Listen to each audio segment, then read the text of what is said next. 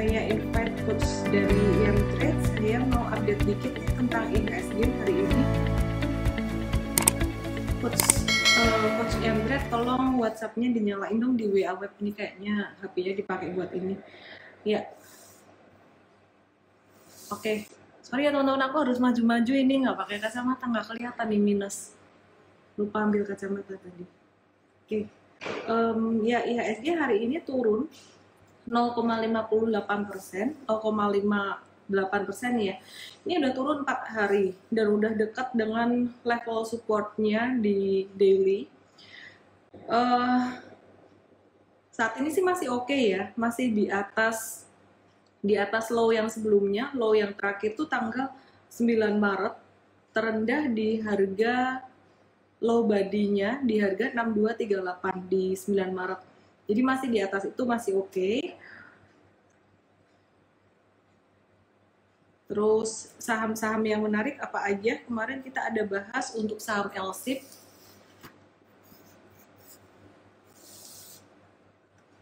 Lagi di mana kok nggak ada meja? Ada meja, tapi mejanya pendek di sini, jadi nggak enak. Ya, jadi ada LSIP. LSIP tuh kita udah bahas sejak pertengahan Maret kemarin, dan ini udah naik ya, udah lumayan signifikan untuk LSIP naiknya sekitaran ya baru 4% sih, 4%, 5% sih, cuman udah mulai ada tanda-tanda untuk dia membaik trennya gitu. Terus kemudian di SNG juga udah menguat gitu, jadi teman-teman kita lirik saham yang lainnya. Nah, Indi yang kemarin kita sempat bahas beberapa kali, ini juga udah naik, udah kena resisten. Jadi teman-teman yang swing trading mestinya udah siap-siap buat profit taking buat Indi ya. Tapi kalau teman-teman yang nge-hold buat beberapa bulan ke depan, nggak usah khawatir, hold aja, nggak apa-apa gitu. Oh ya, aku lupa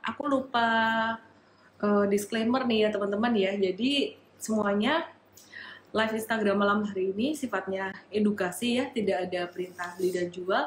Jadi kalau ada risiko di dalam berinvestasi saham, diantisipasi sendiri. Oke ya. Apakah market sudah beralih ke consumer good? Kita akan bahas juga malam hari ini.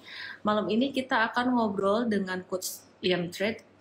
Siapakah dia? Kita lihat. Kita akan bahas tentang saham-saham yang berpotensi untuk naik jelang Lebaran. Apa aja nih? Halo Coach. Halo Robert tanya. Halo. Robert tos dulu deh. High five. Jauh. Oke. Coach Robert, iya hari ini tuh market turun lagi nih. Turun lagi 4 hari berturut-turut gitu. Apa sih sebenarnya yang bikin turun lagi hari ini, Coach Robert? Pertama kalau misalnya kita lihat government bond yield kita itu memang trennya ini mulai naik dan hari ini tuh udah sampai mencapai 6,8. Itu situ udah tinggi banget. Kalau misalnya kita lihat di awal 2021 itu masih di kisaran di bawah 6,5. Itu memang juga ada pengaruh dolar juga, tren dolar yang udah mulai naik juga itu juga yang cukup menekan IHSG kita dalam 4 hari terakhir ini. Seperti itu. Oke. Kalau kondisi kayak gini, indecision kayak gini kira-kira sampai berapa lama, Coach? Memang belum sampai saat ini memang belum ada sentimen yang positif sih ya untuk market IHSG. Untuk IHSG sendiri memang belum ada sentimen yang positif karena memang sentimen kan sudah ibaratnya udah dihabisin semua di 2020, dari September sampai Desember udah banyak kabar-kabar positif keluar gitu. Jadi memang belum ada sentimen positif sampai sejauh ini. Mungkin ke depan masih seputar LK kan kita baru mulai banyak nih laporan keuangan perusahaan yang baru keluar. Mungkin baru seputar itu nanti 1-2 bulan ke depan gitu. Ditambah juga memang masih vaksinasi yang jadi sentimen pendorong utama di IHSG juga, masih seputar vaksinasi juga, dan retail kebetulan kan udah mau lebaran, udah mau bulan puasa. Nah gitu. Ini bicara tentang lebaran ini sebenarnya kapan sih ya Coach ya? Bulan puasa kapan ya? Lebaran itu bulan Mei tanggal 12-15 kalau nggak salah ya. Itu bulan Mei. April kan kita tanggal 12-an itu udah mulai siap-siap dari sekarang ya gitu. Kalau lebaran ini sektor apa yang Coach Robert suka? Kalau saya Sebenarnya banyak ya sektor-sektor yang sebenarnya berpengaruh terhadap karena Lebaran gitu. Ada poultry, kemudian ada retail, kemudian ada CPO juga. Tapi saya lebih suka kayaknya retail sih, Miss, karena di sana ada potensi turnaround story di retail gitu, Miss. Kalau retail sendiri kan, ya Miss? Ya, lanjutin. Ya, kalau retail sendiri kan tahun 2020 itu babak belur ya, Miss ya, kinerjanya ya. Rata-rata itu mereka minus pendapatan 40-50%. Kalau misalnya kita lihat bottom line-nya atau net income-nya itu bahkan sampai minusnya 80 bahkan sampai 100%. Ya. Itu berarti dari untung berbalik ke rugi. Nah, kalau gitu. Dibandingin tahun 2021, ini kan masih sama-sama pandemi ya. Jadi Lebaran 2020 bandingin dengan tahun 2021, ini proyeksinya gimana ya? Maksudnya 2021 tuh proyeksinya gimana? Di 2020 kemarin kan tadi udah dibahas ya. Kira-kira bakalan gimana sih growth-nya? Oke, ada perbedaan. Pertama saya mau garis bawain ada perbedaan antara bulan puasa sampai Lebaran di tahun 2021 dan di tahun 2020. Perbedaan paling besar sih masalah PSBB pengetatan. Kalau misalnya tahun 2020 kita tahu bulan puasa sampai Idul Fitri itu barengan sama PSBB. Otomatis kan waktu itu dibatasin kerumunan nggak boleh, banyak toko-toko retail yang akhirnya tutup juga dan konsumsi masyarakat di sana juga kemudian turun. Jadi memang di tahun 2020 itu hampir semua sektor terimbas, terutama retail. Tadi saya sempat singgung numbers-nya juga kan. Nah, kalau di tahun 2021 ini, kemarin kan Menhub kita, dia bilang boleh mudik nih tahun 2021. Itu menjadi sinyal bahwa 2021 ini kemungkinan nggak ada pengetatan, nggak ada kayak dibanding 2020 gitu. Kemudian PPKM Mikro pun itu pusat perbelanjaan itu masih boleh buka sampai jam 9 malam. Nah, itu yang menjadi katalis positif, salah satu pendorong sebenarnya buat retail ini kemudian turnaround story, karena kalau secara historikal nanti ada hubungannya gitu antara Lebaran, bulan puasa, dan pendapatan atau revenue dari si perusahaan-perusahaan retail. Oke, menarik banget ya Coach ya. Sekarang aku coba lihat untuk sektor retail ini tahun 2020 kemarin untuk laporan keuangan yang udah keluar di full year 2020 apa aja ya, hasilnya gimana? Kalau tahun 2020 sendiri ini kebetulan baru keluar LPPF, Matahari Department Store. Itu kemarin dia pendapatannya, saya sambil ada kepean nih, bisa dicontekan sedikit. Pendapatannya itu dia kemarin masih minus 5,3% secara year on year. Kemudian juga masih rugi 873 miliar. Namun di sini mulai ada pemulihan di pendapatan secara kuartalan. Jadi kalau misalnya kita lihat kuartalan, di kuartal 4 dibanding kuartal 3 itu dia udah mulai naik 40%. Dan ini sebenarnya semacam jadi gambaran untuk RALS dan MAPI yang notabene itu inline untuk pola pendapatannya, pola revenue-nya sama LPPF. Jadi kan masih ada RALS, MAPI, sama ACES ini ya yang belum keluar laporan keuangan. Jadi kemungkinan ada pemulihan sih di kuartal 4 untuk ketiga saham retail. Kesimpulannya kalau buat LPPF sendiri meskipun full year masih turun, tapi kuartalan di kuartal 3 dan 4 ini udah agak naik ya? Iya, udah mulai ada pemulihan nih. Cuman ya itu yang bisa jadi gambaran lah untuk saham-saham retail yang lain yang belum keluarin laporan tahunan. Oke, teman-teman, saat ini kita sedang bersama dengan Coach Robert. Coach Robert ini adalah equity research kita, analis fundamental di Trade ya. Dan Coach Robert ini juga yang banyak berjasa untuk bikin materi-materi untuk live malam hari ini gitu, dan juga malam-malam sebelumnya gitu. Jadi poin-poin fundamental banyak Coach Robert bantu siapkan. Oke, Coach, sekarang kita mau ngobrolin untuk saham retail yang lain selain tiga ini gimana? Kalau dibandingkan 4 ya, bandingin dengan LPPF juga, ini Coach Robert kira-kira suka yang mana sih? Mungkin bisa dibahas satu-satu FA-nya. Nanti saya akan bahas secara teknikalnya. Baik. Kalau saya lebih suka RALS, Miss. Jadi RALS ini Dia itu memang kuartal 4 kan belum keluar nih laporan keuangannya, cuman di kuartal 3 kemarin, di bulan per September kemarin, dia itu pendapatannya memang masih minus dari year on year ya. Retail kita nggak usah ngomong lah, year on year kan udah pasti minus gitu kan, kita tahu 2020 gitu kan. Tapi secara kuartalan itu mulai ada pemulihan, dia itu ruginya itu mulai membaik gitu, dari pendapatannya sudah mulai membaik. Dan kemudian yang saya suka ini NPM-nya, net profit margin-nya, itu kalau misalnya kita secara historikal dari tahun 2016 sampai tahun 2019 itu terus bertumbuh. Jadi 2016 itu 7%, single digit. Kemudian di 2019 itu dia udah tumbuh sampai double digit, sampai 14%. Jadi dalam kurun waktu 2016 sampai 2019 dia udah bisa ningkatin net marginnya itu sampai 2 kali lipat. Nah, itu yang menurut saya itu menarik banget gitu untuk Rails.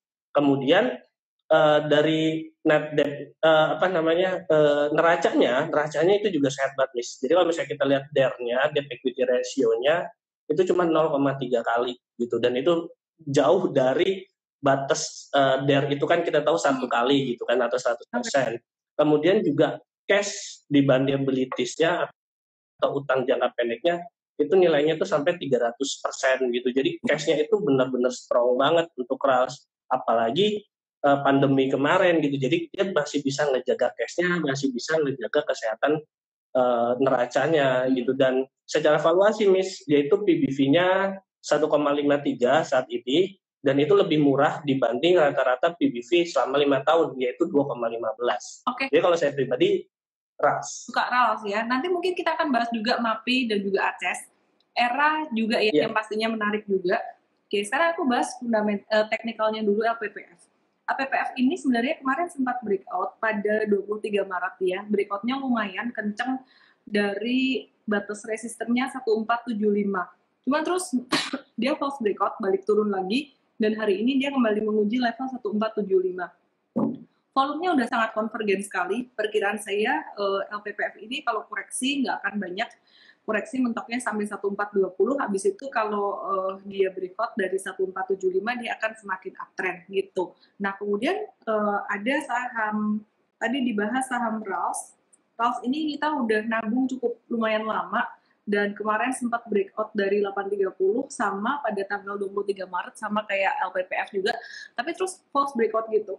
Dan sekarang kembali konsolidasi. Tapi kita melihat untuk Rails ini juga sama, dia udah mulai konvergen harga dan juga volumenya gitu ya. Cuman kalau dibilang secara tren itu technically yang paling menarik sebenarnya era ini. Kenapa? Karena dia didahului uptrend terus kemudian sideways, dan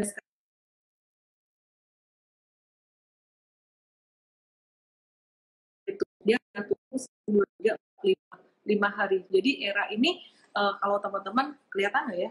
Wah ini balik tapi capek. Susah. Ya jadi era ini di support banget di 2560 nih area support gitu. Ya kita masih wait and see buat si era ini ya. Oke. Coach, kalau saham yang lain tadi kan baru dibahas Rails ya dan juga LPPF. Kalau untuk fundamentalnya yang lain buat MAPI, kemudian era dan juga apa ya tadi ya, ACES ya. ACES aku belum bahas teknikalnya. Ini juga belum sih. Apa namanya? MAPI juga belum. Mungkin Coach Robert mau bahas MAPI juga belum. Oh ya. Jadi Miss, kalau saya lihat ya pola, kebetulan kan saya juga kemarin ibaratnya nyari riset-riset data. Jadi saya nemu pola yang unik dari retail gitu, dari terutama Rails, MAPI dan LPPF. Jadi di setiap kuartal 2 atau yang bertepatan sama bulan Ramadan sampai Idul Fitri, itu tuh mereka terjadi pertumbuhan yang pesat gitu secara kuartalan. Jadi kuartal 1 ke kuartal 2-nya kebetulan 2016 sampai 2020 kemarin kan kuartal 2 semua tuh lebarannya. Itu dia growth-nya itu tinggi gitu, sampai ratusan persen, dan juga kontribusi pendapatannya itu juga tinggi di kuartal 2. Itu bisa sampai 50% ke atas gitu untuk kontribusi total pendapatan. Nah, jadi memang Lebaran, dan saya ulang dikit ke belakang, Lebaran dan puasa ini memang sangat-sangat berpengaruh terhadap 3 perusahaan, yaitu Rails, MAPI, dan LPPF gitu. Nah, untuk MAPI sendiri itu mulai ada pemulihan di kuartal 3 kemarin, itu pendapatannya revenue-nya naik 52% QOQ. dan rugi, dan memang masih rugi saat ini minus 673 miliar. Kemudian dia itu memang beda sama yang lain ya, beda sama RALS, beda sama RALS, terutama dia itu target marketnya lebih ke pangsa pasarnya itu menengah ke atas gitu, lebih ke menengah ke atas, berbeda sama RALS yang menengah ke bawah. Nah, kalau misalnya lihat pandemi seperti ini memang cukup cukup ini ya Miss ya. Jadi masyarakat menengah ke atas ini cukup bisa bertahan masalah keuangannya. Jadi memang Mapinim juga masih bagus dan lebih lebih pulih untuk mendapatkan pendapatan itu lebih cepat di masyarakat kalangan menengah ke atas. Jadi menurut saya Mapi juga di 2021 bisa terjadi turnaround story sih Miss gitu. Oke, Mapi ya. Tadi ke Mapi kalau aku Iya, Mapi Miss. ya sekarang lagi sideways di supportnya, beda sama RALS. Kalau RALS kan kemarin hampir breakout gitu. Ini Mapi malah agak-agak slowing down karena dia udah naik duluan sih, sebelumnya udah naik duluan dibandingkan dengan RALS. Supportnya di level 790-an gitu. Mapi buat teman-teman yang mau beli dan juga mau take profit jelang lebaran nanti, ini masih memungkinkan untuk Mapi gitu. Oke, Coach Robert, kalau untuk saham yang lain kayak S Hardware gitu gimana? Kayaknya S Hardware ini cukup bertahan pada masa pandemi. Iya, Miss. Dia memang cukup bertahan. Dia pendapatan tuh cuma minus 8% year on year, dan juga pendapatan secara kuartalan itu naik 8,6%. Dan memang secara NPM pun masih cukup bagus. Itu masih kurang lebih 7-8% gitu di tahun 2020. Dan secara neracanya juga masih oke. Dia net debt DER-nya itu 0,43 kali, jadi masih di bawah batas apanya ya, 1 kali. Kemudian juga cash-nya itu juga masih cukup bagus, 2,5 kali gitu. Jadi cash-nya itu masih cukup strong gitu dibanding utang jangka panjangnya. Iya, cash ratio-nya masih oke gitu. Bayar hutang ya, kewajiban jangka pendek. Iya, dan dia juga ini Miss, valuasinya juga masih murah Miss. Dia itu masih PBV-nya 5,52 kali dibanding rata-rata 5 tahunnya itu 6,07 kali. Jadi memang masih murah sih Miss. Overall perusahaan retail PBV-nya masih di bawah rata-rata 5 tahunnya sih Miss. Oke. Jadi kenapa pakai PBV sih Coach Robert? Kenapa nggak pakai PER? Karena PER-nya itu kemarin karena ada 2020 kan minus semua ya, hampir semua. Jadi PER-nya itu minus, ya otomatis kita juga nggak bisa compare jadi gitu sama Aces yang negatif yang ya, kita nggak bisa pakai. Iya, minusnya masih negatif gitu. Jadi mending pakai PBV. Nah kalau 4 itu tadi yang valuasinya paling murah tadi apa? Valuasi murah RALS. Oh Pak, RALS paling murah ya. Pertama RALS, kedua LPPF, kemudian Aces, kemudian baru Mapi. Oke. Urutannya gitu. Oke, thank you teman-teman semua yang udah nyimak malam hari ini ya. Disclaimer juga buat teman-teman semuanya ya. Kita malam hari ini mau bahas saham-saham yang potensial untuk lebaran. Nah, Coach Robert, kalau selain sektor retail nih ya, Coach Robert suka sektor apa nih? M-Trade suka sektor apa gitu. Jadi ada sektor apa lagi yang menarik? Misalkan consumer, itu menarik nggak kan? Kayak hari ini ICBP, Indofood naik cukup lumayan. Iya, kalau misalnya kita portfolio kan harus diversifikasi ya.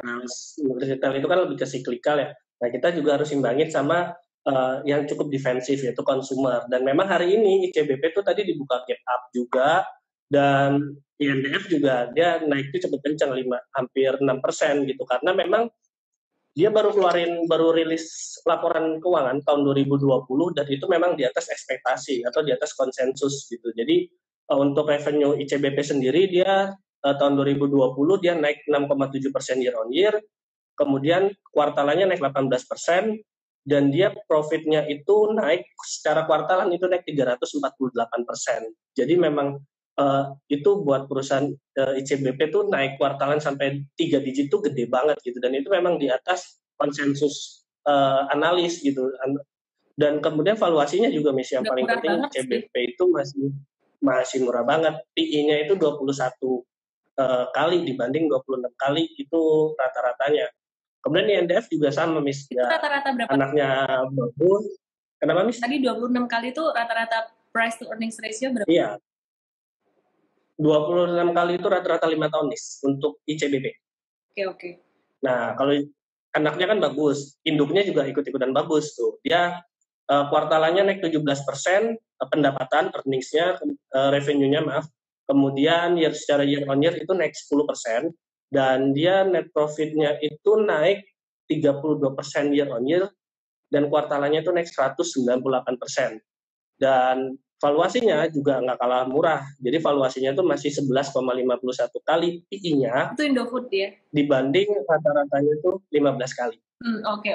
Jadi kalau aku perhatikan kemarin Indofood itu dari kuartal dari kuartal 1 ke 2 itu kan masih bisa bertahan di tengah PSBB yang parah banget. Terus kuartal 2 ke 3 itu naiknya cuma dikit ya. Terus kayak ICBP juga dia sepertinya ada beban hutang yang cukup gede juga untuk Pine Hill gitu. Nah setelah itu, dari 3 ke 4 ini baru dia naik lumayan tinggi lagi. Dan juga saya lihat valuasinya, aku setuju dengan Coach Robert, valuasinya udah sangat murah sekali ya. Dan teman-teman kalau kita perhatikan secara teknikal, ICBP ini MA20 dan MA50-nya Golden Cross. Per hari ini Golden Cross gitu. Jadi sebenarnya ini tanda apa? Ini tanda bahwa dalam beberapa bulan ke depan trennya akan mulai membaik. Ini awal dari uptrend untuk beberapa bulan ke depan gitu. Cuman kalau saya bilang beberapa bulan ke depan bukan berarti secara harian nggak ada koreksi. Jadi secara harian tuh bisa ada koreksi normal. Mungkin sampai ke level 8.800-an kayak gitu. Itu sih 8.800 bisa kena nggak ya? Lumayan bisa, karena itu ada gap di situ, jadi bisa nutup gap di situ. Jadi kalau untuk support yang lebih dekat ada di angka 9.000, itu MA100-nya buat ICBP. Sedangkan kalau untuk Indofood, jadi Indofood ini sama, dia ada gap juga, cuman nggak selebar si ICBP, dia bisa terkoreksi normal itu ke 6.500-an. Sedangkan kalau resistennya saat ini di angka 6.700-an, di mana hari ini juga lagi diuji banget buat si Indofood ini. Intinya sih kesimpulannya dua-dua ini bagus. Kalau Indofood ini malah udah Golden Cross MA20 dan MA100. Kalau MA20 dan 50-nya udah lewat, udah beberapa kemarin dia Golden Cross pada tanggal 11-12 Maretan. Sedangkan si ICBP baru nyusul hari ini. Kesimpulannya sebenarnya Indofood udah lebih leading, dia udah lebih uptrend duluan, dan ini ICBP baru mulai nyusul. Nah, Mtrade ada portofolio di sini kalau nggak salah buat investing ya, Coach ya. Jadi ada portofolio buat investing. Mungkin kemarin juga teman-teman yang sempat beli, sempat merah-merah gitu, sabar-sabar aja. Ini udah mulai perubahan rotasi sektoral gitu. Coach, ini banyak yang penasaran juga dari sektor consumer good, itu kan saham-saham seperti HMSP dan GGRM. Ini sentimennya kemarin kan nggak bagus karena cukai rokok ya. Nah, sedangkan saham consumer good yang lainnya yang non rokok itu udah naik. Terus HMSP, GGRM ini kayak gimana nih prospeknya? Upside and downside? Ya, kalau misalnya, kalau misalnya kita bicara perusahaan rokok, memang dalam jangka pendek ya masih kebeban sama cukai rokok ya, karena cukai rokok itu porsinya di total bebannya HMSP dan GGRM itu bisa sampai 40-60%, dan itu sangat signifikan sekali. Jadi dan kemarin juga naik sampai 12,5% cukai rokok, dan itu memang pengaruh banget sama HMSP sama GGRM.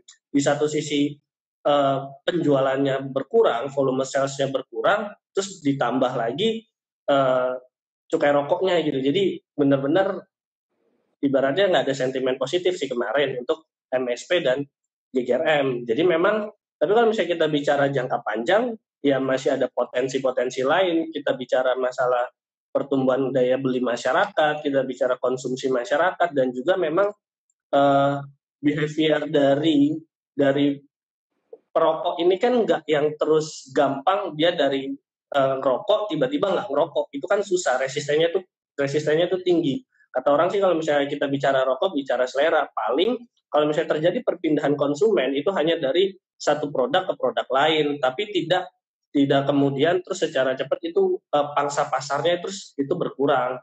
Jadi memang secara jangka panjang konsumen rokok ya masih bisa lah, apalagi kalau misalnya kita lihat dividen ya. Jadi rokok ini bisa jadi buat dividen investing juga kan, dia kayak MSP dia dividen payout ratio juga udah hampir selama beberapa tahun terakhir itu dia bagi hampir 100% dari total laba gitu. Kecuali GGRM yang 2020 kemarin dia mutusin nggak bagi dividen gitu. Jadi memang kalau misalnya untuk diversifikasi, menurut saya buat diversifikasi, buat cari perusahaan yang bisa kasih rutin dividen ya perusahaan rokok sih, HMSP gitu misalnya atau GGRM, dan secara valuasi juga memang masih diskon banget gitu. Untuk PI-nya HMSP sendiri masih 16 kali dibanding 29 kali rata-ratanya. Kemudian jauh ya. GGRM Spreadnya lumayan 7 jauh, kali, hampir 2 kalinya. sangat jauh, bisa 2 kali lipat. Jadi upside-nya masih iya, jadi masih tinggi gitu. Dan kalau misalnya kita bicara GGRM juga sama, dia PI-nya masih 7,6, rata-ratanya itu 16 kali. Jadi memang spread-nya itu masih tinggi. Jadi kalau misalnya dilihat PI band-nya juga itu masih murah banget, masih di bottom banget lah kalau misalnya kita lihat PI band-nya juga. Ya itu untuk long term. Menarik ya. Saya Gitu tuh sebenarnya kapan hari ngelihat PI-nya si Gudang Garam udah mulai single PI, tapi seingat aku masih 9 gitu. Sekarang udah 7,6. Ini benar-benar crazy murah banget sih. Ya, jadi plus minus teman-teman semuanya kalau bicara tentang sektor industri rokok sendiri, ini memang merupakan industri yang nggak ESG. ESG itu artinya apa sih? Environmental and social governance gitu. Jadi kurang ESG. Cuman ya, memang dan bicara tentang cukai rokok kan cukainya naik, itu sentimen negatif. Cuman valuasinya dari dua perusahaan ini sangat murah sekali. Jadi valuasi yang sangat murah ini juga nggak bisa kita abaikan gitu aja, karena pasti akan menjadi satu daya tarik buat big fund untuk masuk ke sini. Nah, ini tadi yang saya kelupaan Unilever nih ya. Tapi sebelum bahas Unilever, mungkin Coach Robert bisa ngecek dulu numbers-nya. Saya mau bahas teknikalnya HMSP GGRM. Oke, kalau teknikalnya HMSP GGRM ini masih sideways, ini turun 4 hari berturut-turut. Udah deket level support juga, ini bisa jadi area beli buat teman-teman yang mau investing di HMSP dan GGRM. Ada upside, ada downside-nya. Dia bukan ESG, dia cukai rokoknya cukup tinggi, mahal, tapi bicara tentang valuasi, mau cari perusahaan yang very undervalue banget dan perusahaannya sehat itu sekarang udah langka gitu. Dimana sektor properti, sektor konstruksi, poultry itu juga udah mulai merangkak naik gitu. Jadi yang paling saat ini valuasinya sangat murah sekali ya saham-saham ini, sektor yang defensif, sektor consumer good dan juga rokok gitu. Nah, kalau rokok ini tidak hanya murah secara valuasi, tapi secara teknikal juga masih sangat discounted. Oke, kita akan move ke Unilever. Mungkin Coach Robert mau kasih secara fundamentalnya, nanti saya bahas secara teknikalnya. Oke. Kalau Unilever ya kita udah tahu lah ya produknya ada di mana-mana. Katanya sih dari bangun tidur sampai kita mau tidur lagi itu pasti bakal ketemu produk Unilever gitu. Memang perusahaannya udah mature, udah gede juga. Dan kemarin itu sebenarnya ada sentimen baru yang nggak baru-baru amat. Dia itu mau ikut berperan pada distribusi vaksin. Jadi kan dia punya jaringan distribusi, dia punya alat pendingin juga. Nah, Unilever ini mau berperan di situ untuk distribusi vaksin, dan itu memang good sih buat Unilever ya. Dia mau berperan distribusi vaksin. Kita tahu vaksin kan di Indonesia ratusan juta, dan kalau misalnya dia bisa hubungin itu, dia bisa dapat proyek itu bisa jadi dorongan earnings dia banget sih untuk Unilever.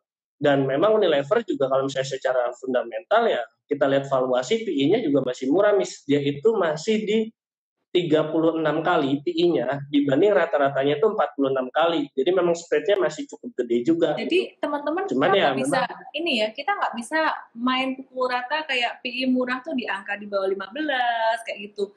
Karena Unilever ini ternyata PI 36 pun masih terbilang cukup murah karena dia sektor consumer termasuk sektor yang cukup premium. 36 dibandingkan dengan rata-ratanya di angka berapa?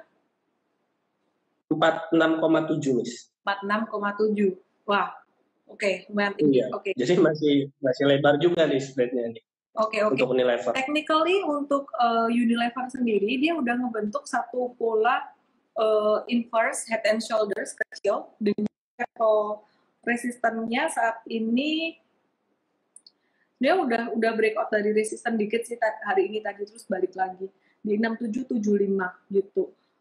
Jadi dia berpotensi untuk menguat dalam beberapa hari ke depan menuju level 7.000. Disclaimer juga ya, ini secara teknikal. Dan kalau untuk dalam rentang waktu 1 bulanan, kemungkinan dia bisa menguji resisten berikutnya, MA200-nya di 7325 gitu. Jadi untuk saham-saham consumer ini memang upside masih lumayan banyak gitu ya. Oke, teman-teman, malam hari ini aku nge-live-nya nggak lama ya, karena aku beberapa hari ini lagi ada urusan gitu, jadi kita nge-live-nya setengah jam aja. Mungkin next week baru bisa 1 jaman lagi gitu. Oke, Coach Robert kok senyum nih, seneng nih. Iya, Miss. Bisa, ya mungkin teman-teman, ya aku lagi ada urusan lah pokoknya. Lagi ada urusan keluarga. Coach Robert mungkin bisa disimpulkan sambil saya kasih pertanyaan giveaway nih. Mau kasih pertanyaan apa nih buat teman-teman semuanya? Ini kesimpulan dulu, Miss. Kasih pertanyaan dulu, biar mereka. Oh, pertanyaan. Dari perusahaan konsumer yang produknya kita bisa temuin dari bangun tidur sampai tidur lagi apa? Itu tadi baru aku disebut. Baik hati. Itu gampang banget sih. Baik hati. Oke. Oke, Coach, bisa dikasih satu kesimpulan buat malam hari ini? Oke, kesimpulannya ini kan udah dekat Lebaran dan udah dekat bulan puasa juga, dan perusahaan retail, sektor retail itu adalah perusahaan yang bisa memberikan turnaround story gitu ke depan di tahun 2021, dan memang potensinya masih bagus, ditambah valuasinya juga murah. Kemudian untuk sektor consumer ya memang sektor ini kan defensif, jadi memang harus sabar-sabar aja gitu. Kalau misalnya kita lihat siklusnya, memang di tahun 2021 itu money-nya nggak, jadi kan udah change gitu, udah nggak di sektor defensif lagi, akan lebih ke sektor yang lebih siklikal. Jadi memang ya untuk sektor consumer mungkin para investor lebih sabar aja nunggu kenaikan harganya. Nah, untuk sektor retail ini masih potensi banget sih di tahun 2021. Itu, Miss. Oke, sip ya. Ini komennya lucu ya, Miss ya. Kalau dari saya sendiri, kesimpulan saya adalah teman-teman yang berinvestasi untuk saham-saham defensif, nggak usah stres teman-teman ya, karena sebentar lagi juga bakalan naik gitu. Jadi pasti tetap ada rotasi sektoral, karena however big fund itu pasti tetap nyari fokusnya pada saham-saham yang valuasinya sangat murah dan technically juga sangat murah sekali gitu. Jadi ditunggu aja. Oke, buat pemenangnya adalah Bernika Agustina, terus AA Juvento, Take My Pre-Love apa itu? Take My Pre-Love do UT ya. Oke, terima kasih Coach Robert dari IM-Trade. Jangan lupa follow Instagram sama-sama, dan teman-teman, hari Sabtu nanti ada SODV-nya kayaknya nggak bakalan lama lagi ya, maksudnya nanti mungkin kita akan ganti dengan sesuatu yang lain yang gratis buat teman-teman semuanya edukasinya ya. Jadi langsung aja join SODV dengan cara kunjungi ellendesmi.com/SODV, kode promo MAR23. Saya Ellen May dan juga Coach Robert dari M-Trade. Thank you, salam profit. Yang mau salam profit. Yes, langsung aja ke mtrade.id. Bye Coach. Bye.